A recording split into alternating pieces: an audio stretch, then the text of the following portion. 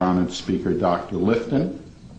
Dr. Lifton has spent his professional life analyzing issues that are at the forefront of our society, its past, its present, and its future. After a distinguished teaching career at Harvard and Yale, he is now Distinguished Professor of Psychology and Psychiatry at the City University of New York. He has received 7 honorary degrees, including, and one will be forthcoming from the University of Munich. The topics of his interest have been universal. They have included the most seminal work in our area of concern, thought reform and the psychology of totalism, which will because we are and certainly the issues involved in the cults involve ways in which we do symbolize our world and in which people respond to symbols, however extreme. I'm reminded of a story I just came upon. It's probably a very old one, and I'm sure many of you will have heard it.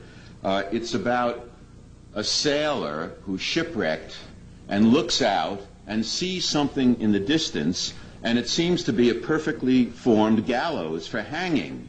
And he shouts, "Hooray, at last, civilization." Now that's the first literal example I know of gallows humor. My broad concern tonight, as it has been perhaps fundamentally in all of my work, is with what I call, after Erik Erikson's work, totalism. Totalism is really the psychological equivalent of totalitarianism. It's an all or nothing belief system or way of believing certain convictions or certain principles that allows for no alternative. Totalism is an issue, not just with cults in ways that many of you in the audience are familiar, but everywhere as a universal potential.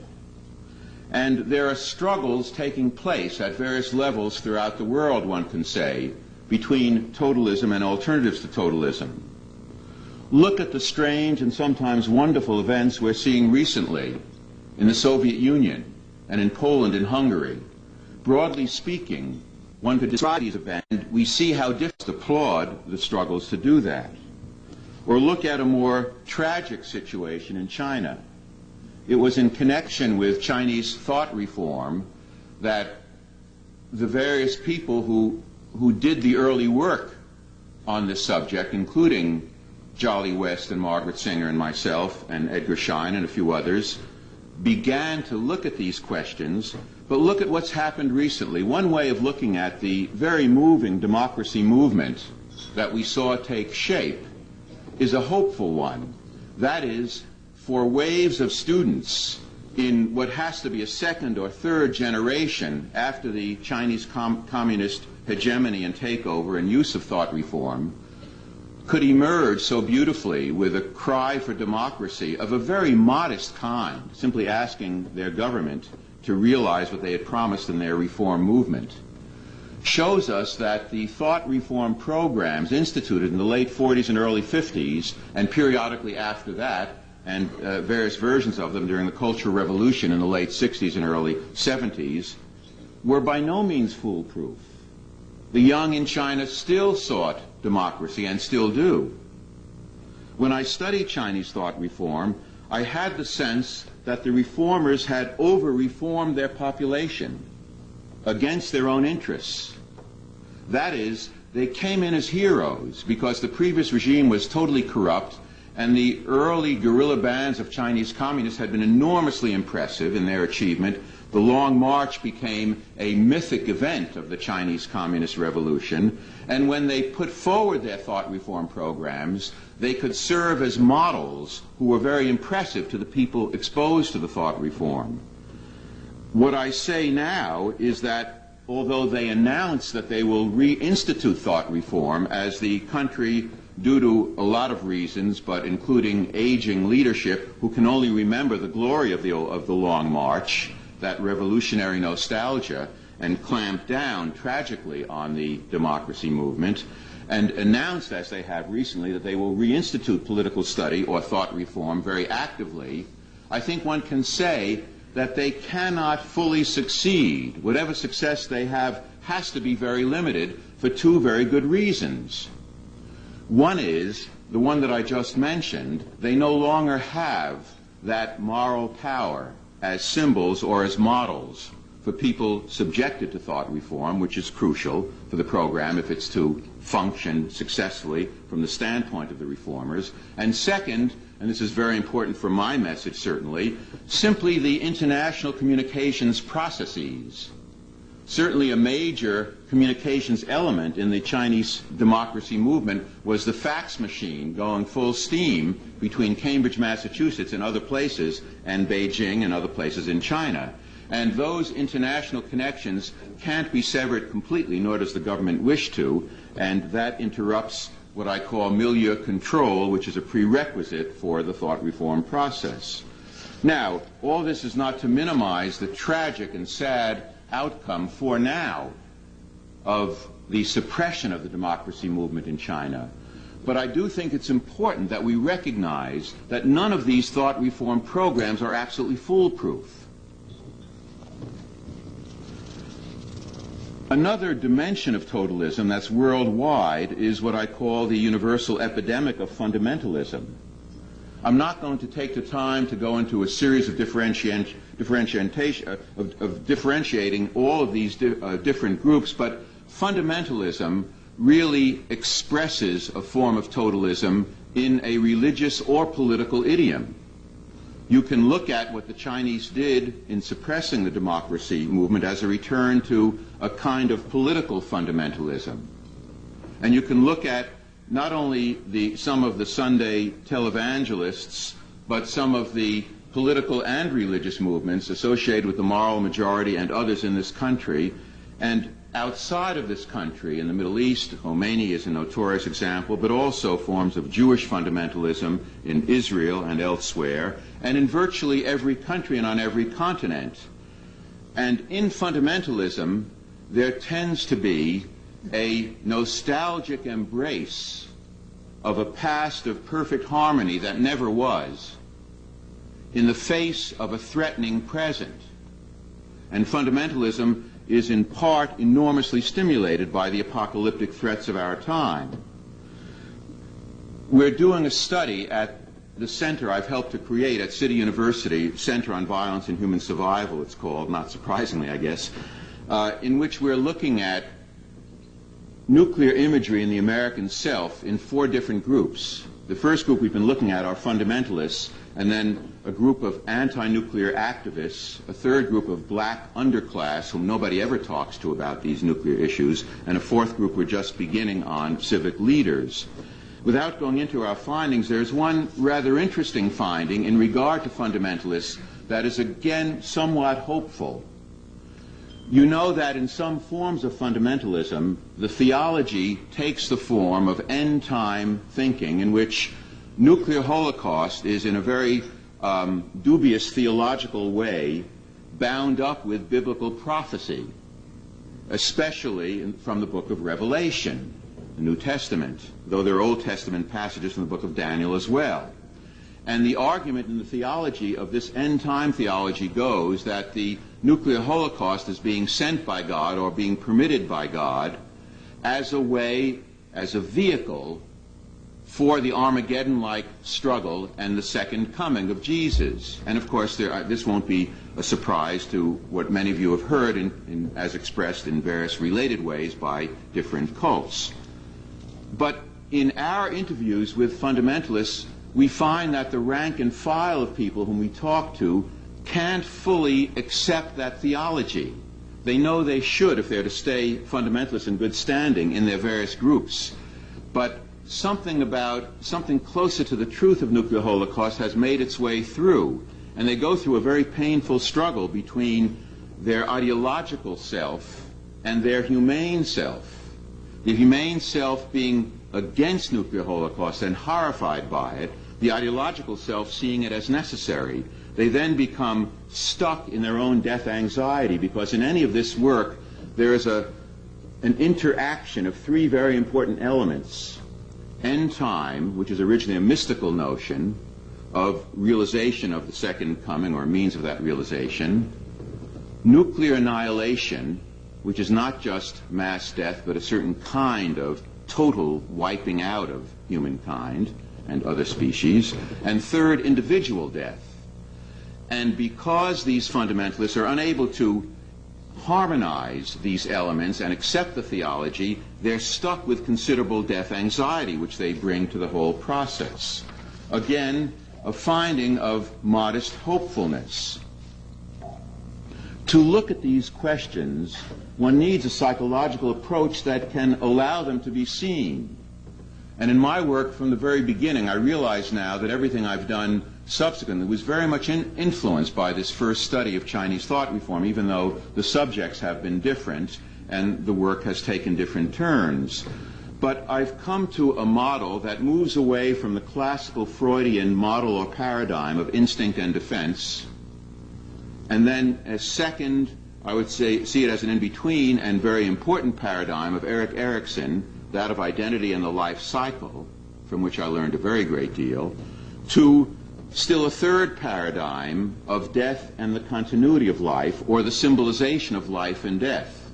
And of course, it isn't that one of these paradigms is true and the others are false. That isn't the case at all. It's rather that a particular paradigm is especially important and relevant for a particular moment or era of history.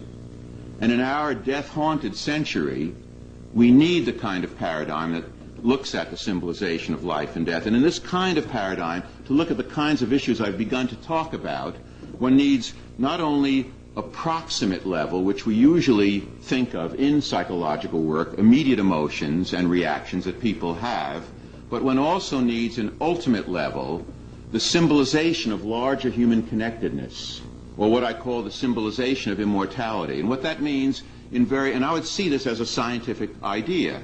In our everyday lives, not just when we feel ourselves to be close to death, but all the time as adults, we require a sense of belonging to groups, ideas, processes that are larger than ourselves.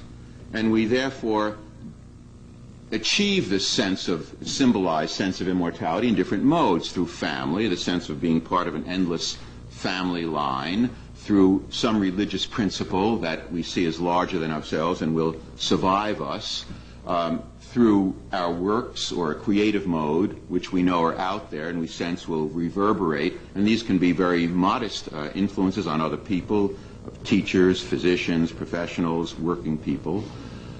Through our attachment to what's called or symbolized in all cultures as eternal nature, which we sense will go on after our limited, finite lifespan. Or a fifth mode that is rather different from the others, but very important, the direct psychological experience of transcendence, the classical mode of the mystics.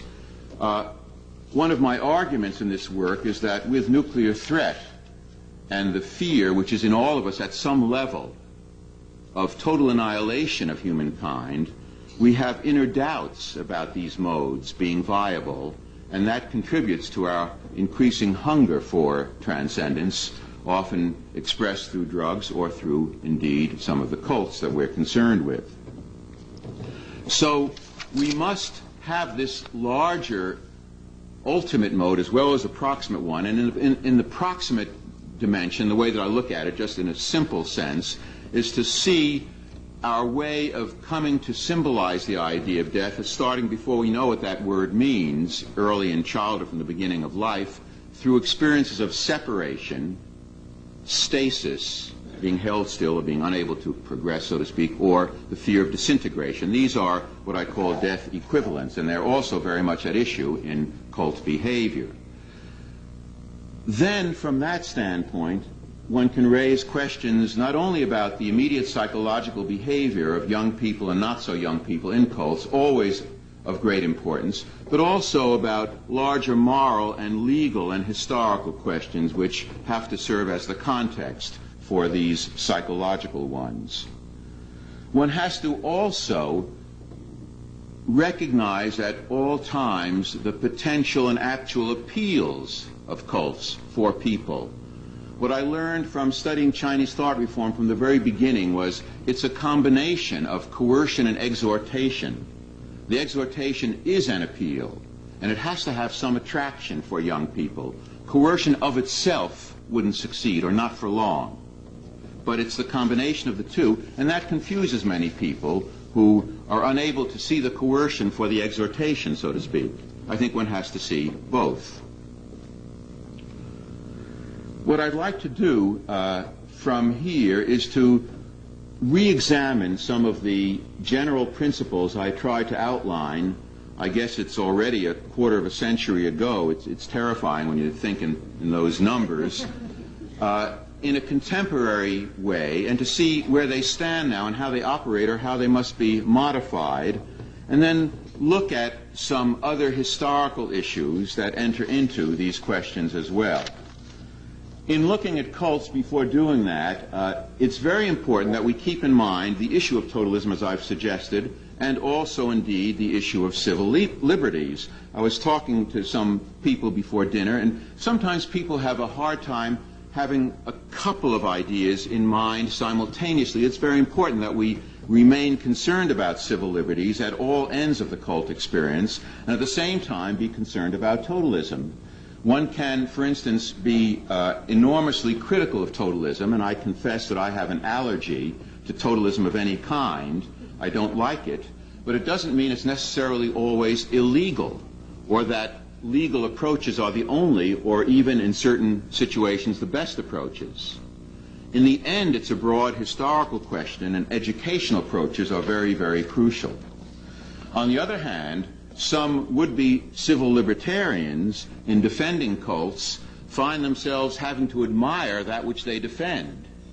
I know that cults, like everyone else in our society, has a right to a defense before the law, before courts, but I do think that they should be looked at for what they are rather than uncritically examined by certain groups because they find themselves in the position of defending them. Now, in that way, I think each of us should identify ourselves where he or she stands as one approaches these issues. And I know that in this audience, most of you share my sense of a critical perspective toward totalism. But one has to recognize that and balance some of these dimensions that I've talked about. For instance, when I first studied Chinese thought reform, I began to sense that as horrified as I was by what was being practiced and what I was learning, it wasn't only the Chinese thought reform that I was horrified about, because at that time, and I guess we'll talk about some of these things tomorrow when Margaret and I have this dialogue about the good old times or the bad old times. They were good times because we worked together. They were bad times because of what we were working on. But in any case, when I did my study in Hong Kong, I was interviewing people coming out of China, but I was also meeting people coming from the mainland of the United States talking about McCarthyism of that era. And they were telling horror stories that weren't too different from the ones I heard people describe from the mainland. And so when I came back and I wrote my book about it, I included a series of examinations of other practices where there were elements of thought reform, a thought reform-like behavior, including McCarthyism and including certain aspects of some forms of psychoanalytic training, which I happened to be in at the time and therefore knew. That didn't sit well with all of my teachers, but you can't please your teachers all the time. But the point really is that one has to look at these issues with a certain amount of universality, and one has to have a certain consistency in terms of one's ethical position about them. In describing the themes that I put forward in chapter 22 of my book on thought reform, that chapter also had a strange and, to me, interesting and mostly very rewarding kind of history, because I wrote it mainly about Chinese thought reform, but then applied these principles generally. And I found that people who had been involved with cults began to read that chapter, and it became a kind of underground document, that chapter. I think maybe it became an underground document because Margaret Singer has been showing it to so many people. But it was really how I became involved in the cult situation, because then various parents and younger people who had been in cults began to consult with me. I was then at Yale, and I would talk with them about the experience, and we would re-examine some of those themes. In any case, the putting forward of those themes was an effort to do what I just described as being so important, universalize the issue rather than see it as the practice of one particular group alone. The question of cults versus religions is never entirely soluble, but you at least have to have your own definition. Some people don't like the term cults, as you know, and they want to call them new religions, but I'm comfortable with the word cult if the particular group one is examining, one has to look at them group by group.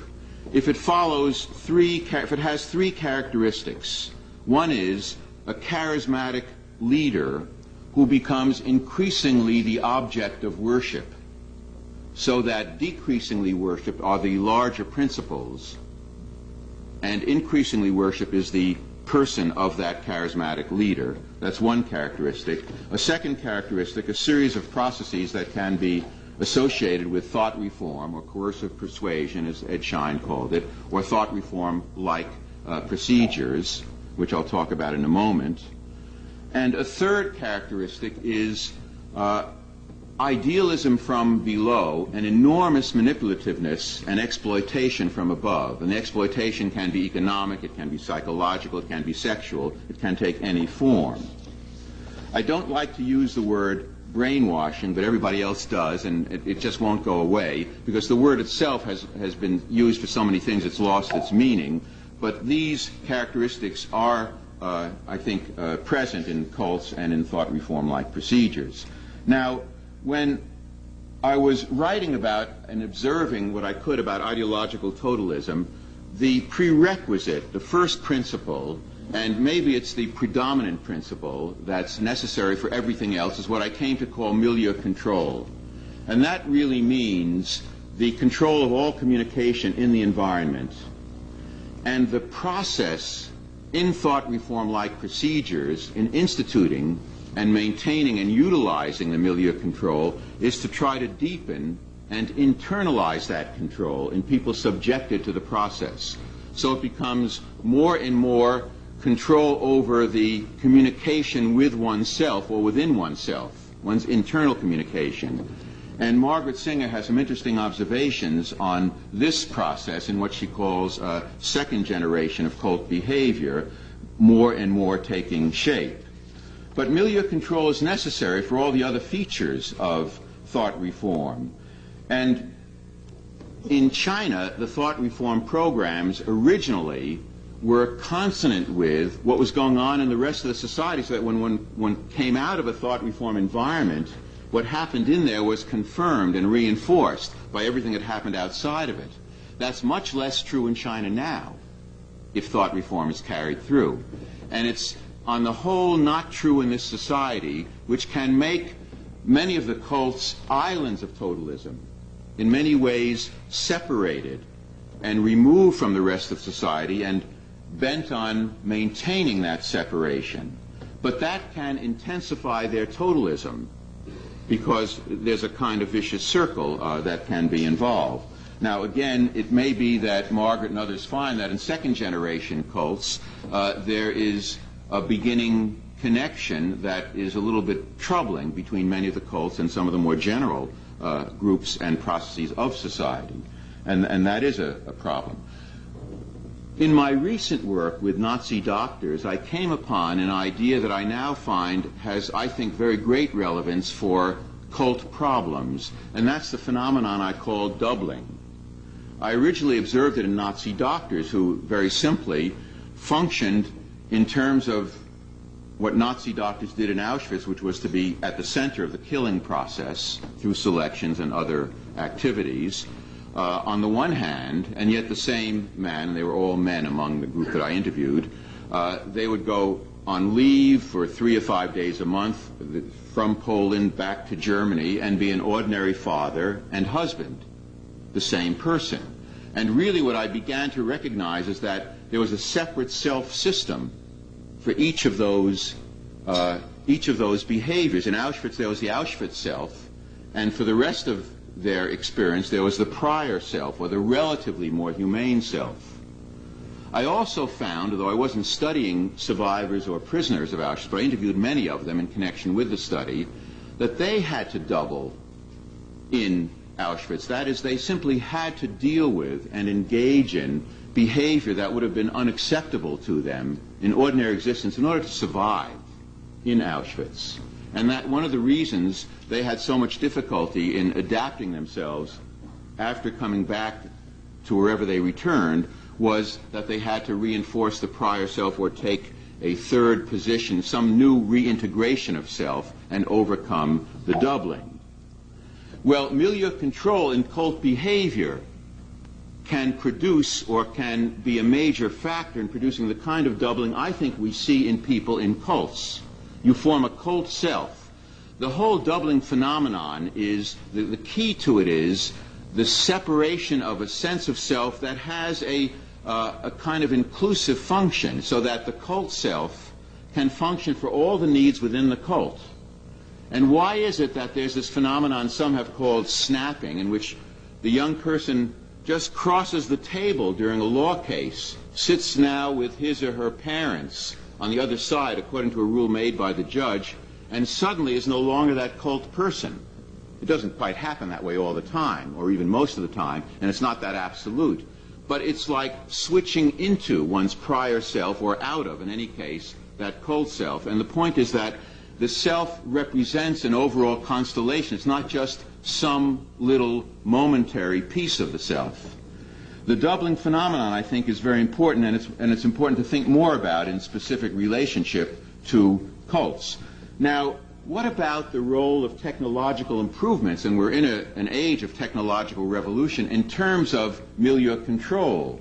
On the one hand, one could argue with some, I think, legitimacy that the improvement in technology can certainly render more suffocating milieu control, because you can have listening devices, you can use the media in various ways exploitatively. But it's also true, as I suggested, that the fax machine seemed to work in the other direction in regard to China. It's hard to maintain absolute isolation and milieu control. It's a double-edged sword, and one has to look at these issues much more specifically than making absolute generalizations of it. The problem for many people, and this is one reason for their susceptibility to the milieu control, as I think about it now in a social sense, is that they're not suffering from an over-controlled milieu during most of their lives. They're suffering from the absence of any structure in their milieu. And they can feel anomie, alienation, and they can, at least initially, respond very positively to the intensity of that milieu control. They may have second thoughts, as many do, but that can be a source of an attraction. A second fundamental theme that I came upon was what I called mystical manipulation, or planned spontaneity. And you're all familiar with that. I don't have to go through all the ways in which cults do it. It can be in some traditional religious ways through chanting and fasting and limited sleep, repetition, singing, in ways that seem spontaneous, at least to the newcomer, but are very, very carefully planned and manipulated from above. There is an interesting question about how it works psychologically for the specific charismatic leader of the cult to be present and to be the object of worship. On the one hand, you have a flesh and blood person who can be very appealing, at least while his or her charisma is functional for people in the cult. On the other hand, since that charismatic leader is a fallible human being, his or her contradictions can become seen and can be a source of alienation from the cult. But that's a real factor in terms of how well this mystical manipulation can function or not function. There is the phenomenon of justification of manipulation of people outside the cult by the well-known phenomenon of heavenly deception, which the moon is used and which is used in other forms or related forms by various other cults. I think the pattern more recently with cults is greater sophistication, trying to be less bald, less direct in their manipulativeness, and more clever, and connect with existing social patterns. Now, one aspect of this that one has to consider is what is the effect of our being, all of us, so subjected right at the heart of society to so many social pressures or invitations or elements of persuasion, whether it's through advertising, through certain forms of corporate behavior, through certain institutions or bureaucracies. It may make many of us more susceptible to that manipulation, used to it, expect it, and in a sense less antagonistic to it than one might think. On the other hand, it may turn people very cynical toward it and may give them a certain amount of coding or resistance. But I think we have to always look at the principle here, incidentally, is not to say that advertising is just like thought reform and there's no difference. Of course there's a difference. But you want to look at the pure laboratory form, the very intense or extreme forms of behavior, to understand the more vague, everyday expressions that have some relationship to these extreme forms. I've tried to do that throughout various kinds of work that I've done. Now, a third and fourth set of principles are demand for purity and the cult of confession. Well, the demand for purity, when you look at it, is Sisyphean. You can never become pure enough. And those of you who have been through this understand what I'm saying. It is the manipulation of guilt and shame mechanisms, and nothing is more powerful.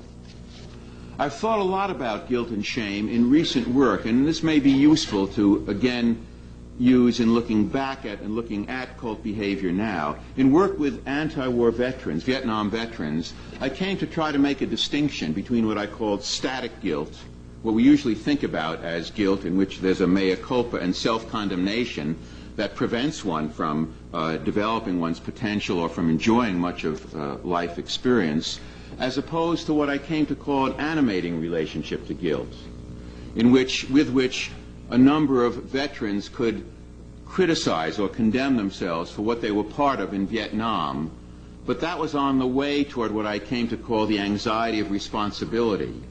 Guilt can become animating toward assuming responsibility if you can let go of the guilt. Guilt in the direction of responsibility instead of holding on or pressing one into a continuous mire of guilt, which of course is more the pattern of the cults. It's interesting that Freud was concerned that guilt would be the element that might do us in as a civilization because he knew about its harmful effects and the extreme behavior that people are capable of under the influence of guilt, and that still is a very real concern. But there's the opposite concern, too, that in our society of high technology, and especially weapons technology, one can become part of highly dangerous constellations and feel virtually nothing in the way of guilt.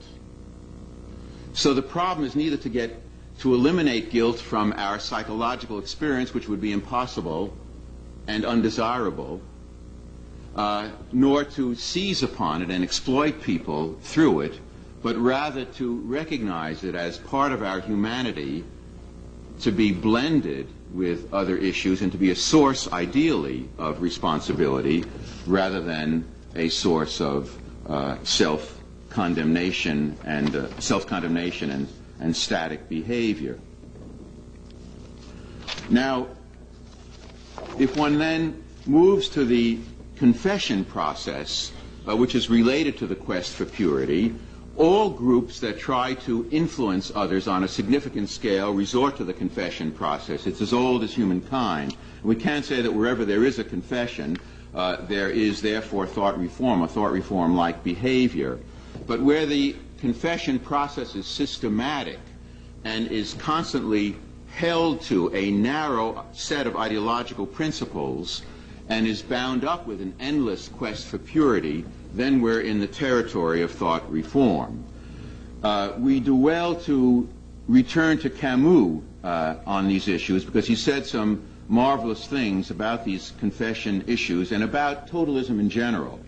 I would advise many of you who are interested in these issues to go back and read his book, The Rebel, which is a classic examination of totalism from especially a political but also a religious standpoint, as a philosopher rather than a psychologist.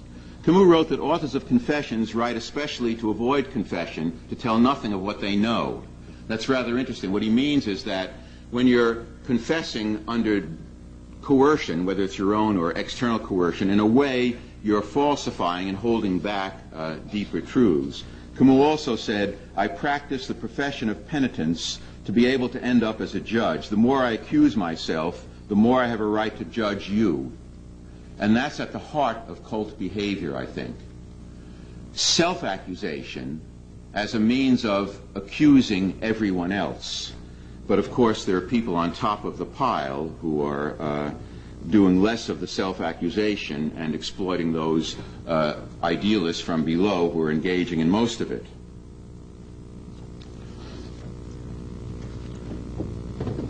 If one then turns to some additional forms of or themes in totalism that I want to at least suggest to you, as I did originally, and talk about modifications, there are three important ones I would lump together. What I call the sacred science, the loading of the language, and the principle of doctrine over person. Well, the sacred science is a very important kind of idea, because if you look at cult behavior, you're likely to find that even in religions, or what are claimed to be religions, there is a claim also to scientific truth of some kind. In the scientific age, you claim objective truth. It was interesting that in my work with Nazi doctors, there was a claim that the killing of the Jews emerged from a set of scientific principles, which they attributed to the physical anthropology, highly modified of their time, genetics and eugenics and a few other principles. The science was nonsense, but it was a claim to science. And in nuclear strategy, and there is a cult of nuclearism as well, there is the claim of scientific principles about the fighting of nuclear war, when nobody has ever fought a nuclear war in which both sides had nuclear weapons, and nobody knows anything about it, really, and yet there's the claim to scientific data. You must make a claim to science in any cult that you're part of, and I think even the smaller cults make those claims if you look for it. Now, if you look further, in terms of the loading of the language, language is an extremely important part, and I think it's an area of further study that could be very useful in engaging the cult issue. Study the language very carefully. It isn't only that there are the rote terms, of course there are those, but there are also terms that have enormous appeal and can sum up a whole set of emotions satisfactorily and in fact very powerfully for young people, at least at a certain phase in their lives, and can indeed help young people in a phase of depression or a sense of being lost to at least a temporary sense of revitalization. The language has all of those elements.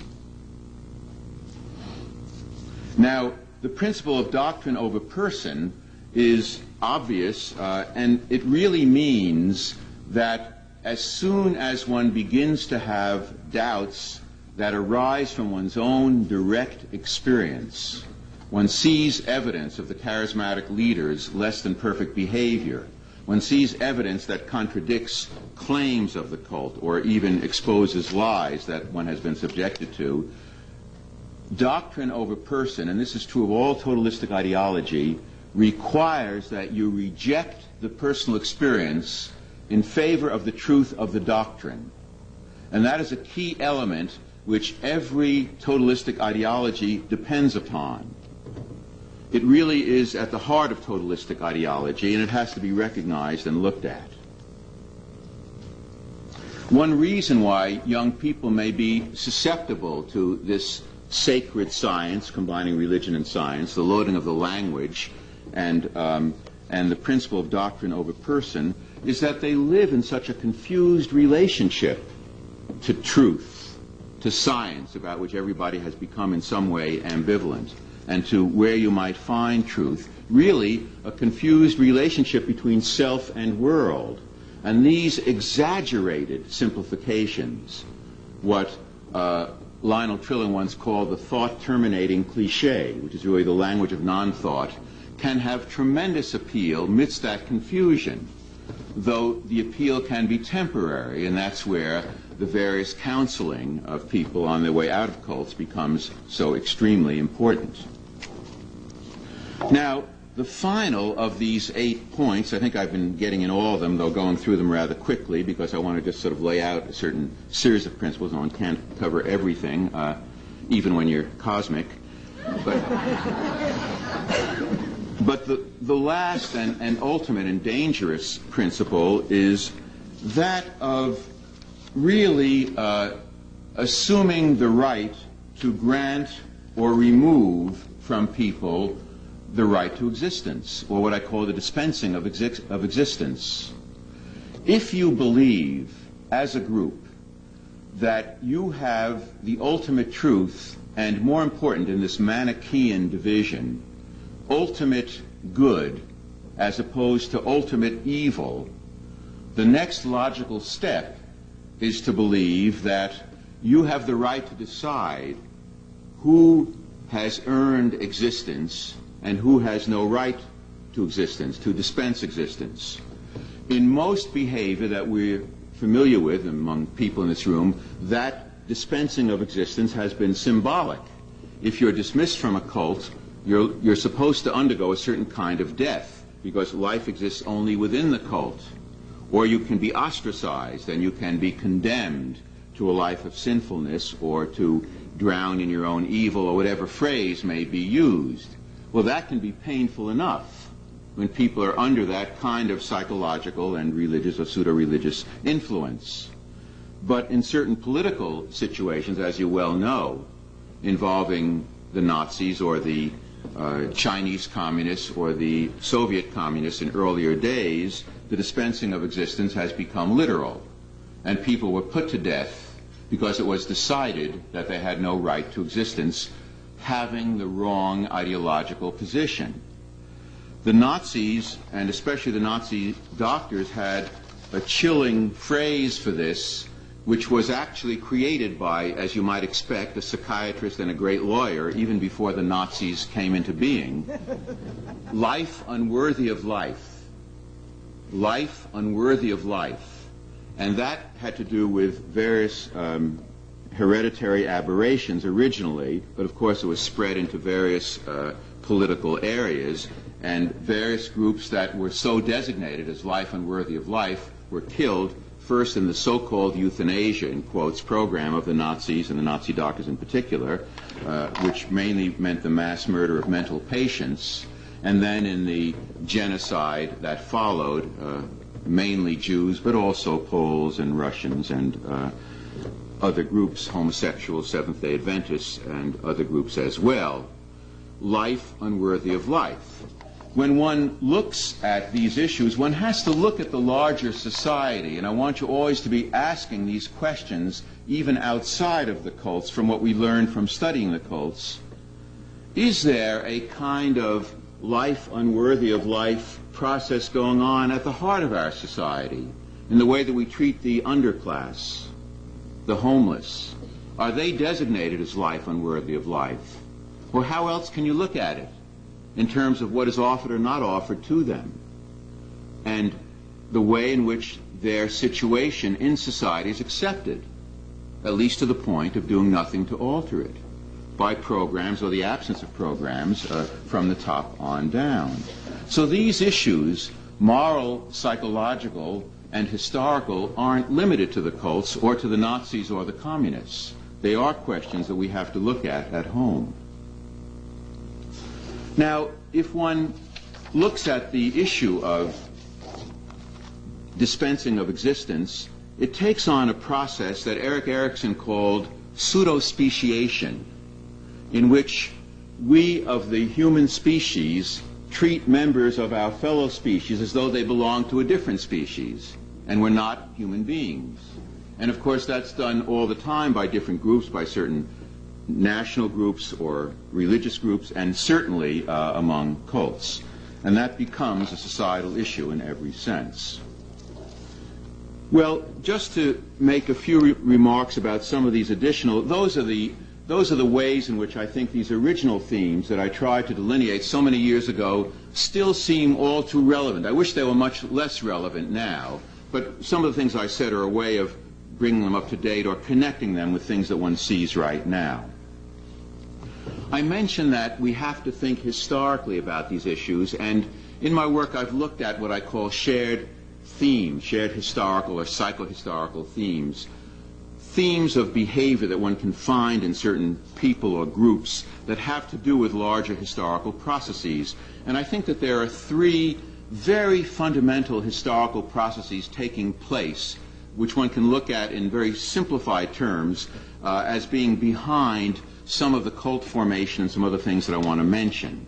One is what I call historical or psychohistorical dislocation. A second is the media revolution. I'll talk about each a little bit. And a third is the threat of extinction. Now, by historical dislocation or psychohistorical dislocation, I really mean a loss of intimate contact and fluid response to the fundamental symbol systems that in the past have guided lives, symbols of authority, of religion, the whole demarcation of the life cycle. Of course, we still have these symbols and rituals, but we have increasing difficulty of inwardly accepting them. And we have vast dislocations that have dominated much of the 20th century and I think have been exacerbated during the period from the end of the Second World War. In this sense, incidentally, the cults that we talk about and these totalistic movements can be seen as both radical and reactionary. They are often radical critics of real faults in our society. And they do look at various issues of hypocrisy, sometimes very tellingly. And of course they're deeply reactionary in their authority structure and in their control of other human beings and really suppressing the whole set of notions that we've developed about individuation ever since at least the time of the Renaissance, a kind of internal fascism.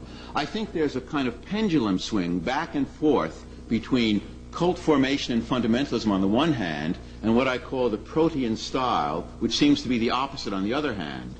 And these are responses to the dislocation I'm describing.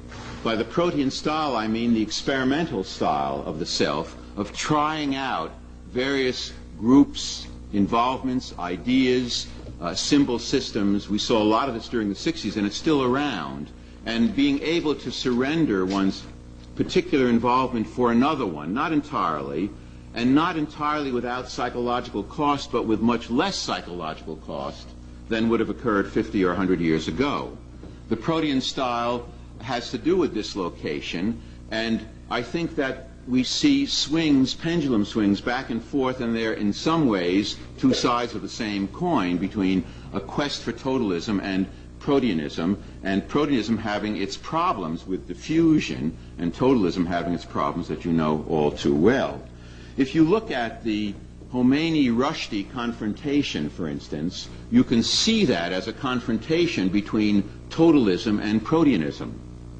Khomeini being was an arch totalist and fundamentalist, religiously and politically, and Rushdie a very self-conscious protean artist who wanted to undermine. Proteanism involves the mocking of sacred cows and sacred beliefs, both of them coming from Islamic culture, and of course hitting an impasse. And we will see many more of such impasses, because these are two very prominent patterns going on in our larger historical moment. And look at the preoccupation recently with the American flag, again close to home. What is going on with the American flag? Well, briefly one can say that everybody's entitled to be upset by abuse of the flag if we honor it as a symbol. You don't have to like what people do. But to see it as a form of sacrilegious behavior or blasphemy is to create a cult around the flag. And of course, to combine that with certain political machinations, as we're seeing happening in Washington. It's not limited to one party. But we should be aware of that kind of process and learn and perhaps become wiser politically in what we learn from cults, where we see these things in more intense or pure form. Now, in addition to the historical dislocation that I've mentioned, which is so germane to the Protean style, I mentioned also the mass media revolution. We don't pay enough attention to the mass media revolution. To some extent it has served the cults, and to some extent it undermines them in ways that I suggested, but it's a very powerful process. Khomeini won over his population through cassettes that were sent to Iran long in advance of him, and which won over the population for the Khomeini movement. The mass media revolution now allows any of us at any time to have at his or her beck and call virtually any image from the present or the entire human cultural past through television or radio or other media. That is a radically new situation, and in that sense we have to re-examine McLuhan, who told us some very wise things, but who didn't apply the psychological dimension to this media examination that he made. Now, and of course that contributes to the Proteanism that I mentioned before. The third dimension has to do with the imagery of extermination or extinction. It's very hard to gauge what that imagery does to us, but what I can say, and I think now we have increasing evidence from various studies that have been done, especially with children but also with adults, that virtually everybody in this culture, I would say from the age of 4, maybe earlier, has some kind of image of the possibility of extinction from something. He or she may not know it's nuclear weapons at an early age, but there's something in the air that comes through the media about that possibility. What that seems to create is a combination of what I call fear and futurelessness. Fear about all kinds of annihilation, but futurelessness, doubts about all those modes that I mentioned of symbolic immortality, a larger human connectedness, because who can be sure of living on in one's children or works or eternal nature should there be use of those nuclear weapons, which we know can destroy everything. And again, it's in response to that radical fear of futurelessness that we find so much intensity in the embrace of transcendent experiences, high states. And one of the sources of cult appeal that has been neglected is the constant offering of high states, which they indeed do. High states have been available in all cultures, and I think we suffer in most late industrial cultures from insufficient opportunity for the experience of transcendence, whether it's in a spiritual mode or through everyday behavior, sexual behavior, athletic behavior, the contemplation of beauty in softer tones. These are all potential experiences of transcendence. The combination of their relative absence in our culture, as well as the threat of extinction and the doubt under which the other modes of larger human connectedness are thrown, contributes to, I think, the appeal of the cults, because they offer high states and immortality systems of their own. That sounds abstract when I talk about it this way, but it's very vivid and important when you get down to the nitty-gritty of talking to people who have come out of these experiences. In that sense, the cults provide a kind of initiation rite for young people, a very severe experience which may be valued for its severity, and then one can move into what's a version of adulthood which involves those high states, and part of the attraction to the occult can be something like an addiction to the high states, which you then need and don't want to give up and see as being divested of should you leave the cult. Well, these, I think, are some of the larger historical questions. I have to say, as a psychiatrist, and I started out somewhere along the line as a clinician, that these aren't all, in any sense, as you can tell, psychiatric or pure psychological problems. They are broad social problems. It may be that what we, as those of us who are clinicians, and there are many in this room I know, can most do is, of course, help people, but also use our specialties to provide knowledge and education. I think that real education that gets to these psychological dimensions, as well as to the larger historical ones, can serve very well and reach a very large audience. Finally, my final resting place on this cosmic journey is a piece of good news, which I'll introduce with a saying of Voltaire. Voltaire said, "If this is the best of all possible worlds, what then are the others?" Well, the other that I want to leave you with is what I call the species self, species consciousness, species awareness. And I'm happy to report that this phenomenon is gradually and erratically taking shape. Just to describe it to you very briefly, in working on nuclear weapons questions and also on questions of Nazi behavior, I came to recognize this imagery of extinction that I mentioned, and what that does to people when they take it in. Once one takes in the truth of that imagery of extinction as a possibility, including the whole potential truth of nuclear winter, the lowering of the temperature and really the destruction of all life as a possibility should the weapons be used, then one recognizes what I call shared fate. That really means that I say to my Soviet counterpart, and he or she to me, and now we're saying this happily to each other more and more, if I die, you die. If you survive, I survive. Shared fate going quite beyond any kind of ideology. In that sense, the very threat posed by our weapons and other apocalyptic threats to our environment and resources that we find in our world now propels us toward this kind of species consciousness. And it is indeed possible, and more people are forming an actual sense of self that can be observed psychologically, which still retains the immediate identities that we have. I mean, I would still remain a psychiatrist and a Jew and a professor and an avid tennis player and a few more things, but all of them subsumed to my sense of being a human being with much in common with all other human beings. And that means I can feel pain, as I'm sure you can also, if somebody is arrested in Czechoslovakia because he or she is a dissident, or tortured in a South African jail because you happen to be black. A fellow human being is undergoing suffering. More and more of this kind of sense of self, or at least of this dimension, is being formed in relationship to more and more people in regard to this sense of self.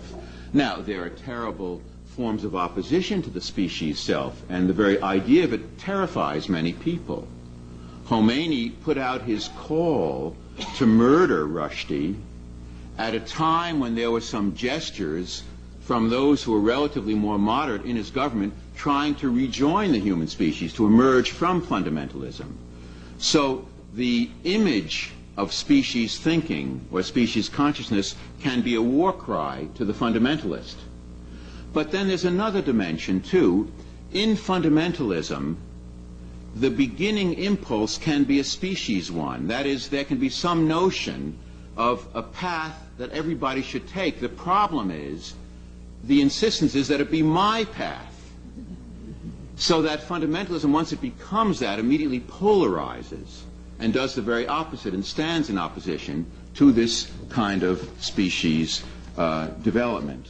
But I would suggest to you that with it all, it could very well be that the species idea is one whose time, if it has not come, at least is here in terms of crucial need, because pragmatically we know it's necessary. Historically we see it taking shape more and more. In an evolutionary sense, it can be seen as an evolutionary form of progress of the self that is required for survival. One shouldn't expect this to occur automatically. We have to work at it. You won't find the greening of the species, so to speak, as used to be said about America, some automatic process. But in our position and from what we learn, each of us in various ways can do a great deal to help it along. And I see myself as a professional both trying to describe it as accurately as I can, which is my task as a professional, and as a human being committed to helping it, trying to do just that. Let me close with a statement of hope that comes from Gershom Scholem, which is a sort of message that he has, as you know, was a great student of Jewish mysticism, which leaves everything open and leaves everything possible in terms of human realization in the future. And Scholem wrote, "The story is not ended. It has not yet become history, and the secret life it holds may break out tomorrow in you or in me." Thank you very much.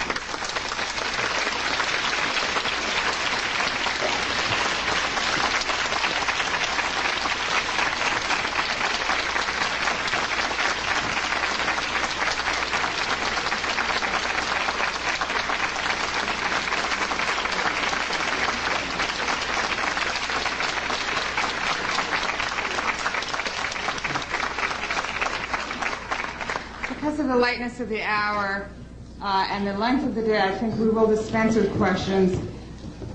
Dr. Lifton, there are no words to express our thanks to you tonight and the honor that we feel at hearing you, the really seminal thinker in this field that we've all followed all these years, and yet your exposition and your future thinking and your ongoing thought processes through the whole movement, the whole elaboration to the applications of society, we can't thank you enough. We really, thank you. Really thank you.